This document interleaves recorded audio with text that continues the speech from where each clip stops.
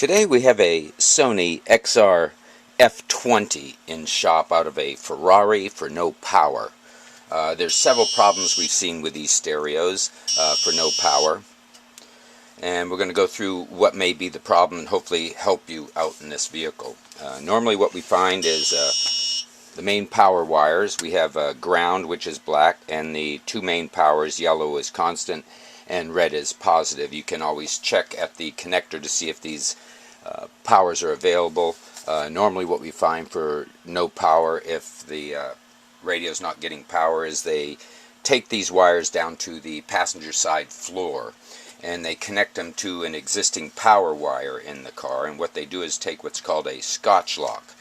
The Scotch lock goes over the wire, one wire, the main power wire, and then that again allows you to place the power wire you need to pick up into this device. With a pair of pliers you squeeze this little black metal piece down to make the wires make connection. We've seen these Scotch locks go bad. If you have these in the car, this is probably the first thing you need to replace. If you own trailers or boats and you have taillights out, these are again the first thing to replace. They don't make good contact. We've been through that on this car and found that the problem is no power with the stereo. So what we're going to do to repair this is we're going to remove the face,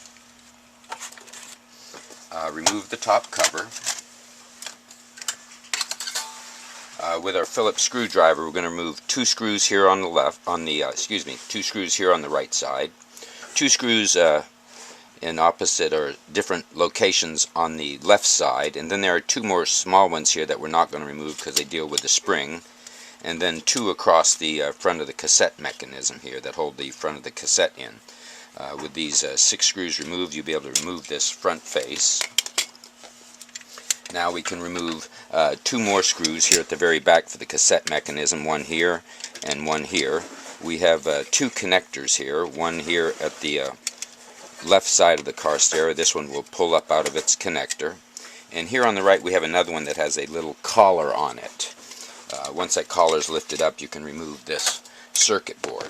Now as for this collar here, we have this where the wire goes in. You have to lift the collars up, the sides of the collar up. It will lift up, you put the cable back in and push it back down to put it into place.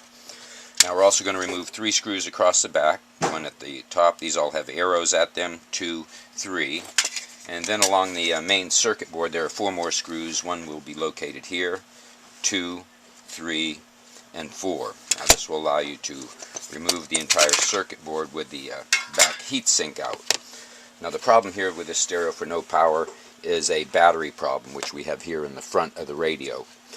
We've removed the battery, taken our sanding pen to this radio to clean up the circuit board traces, along with some cleaner and brushes to clean up the area. We found several open traces here. One small trace above the location of this battery, and one below the that goes to the positive leg on this battery. We removed the battery and cleaned up the circuit board, put our jumpers in to repair this, and clean the battery up and put it back into the spot here on the circuit board. We also removed the 1 microfarad capacitor on the side. This helped us with some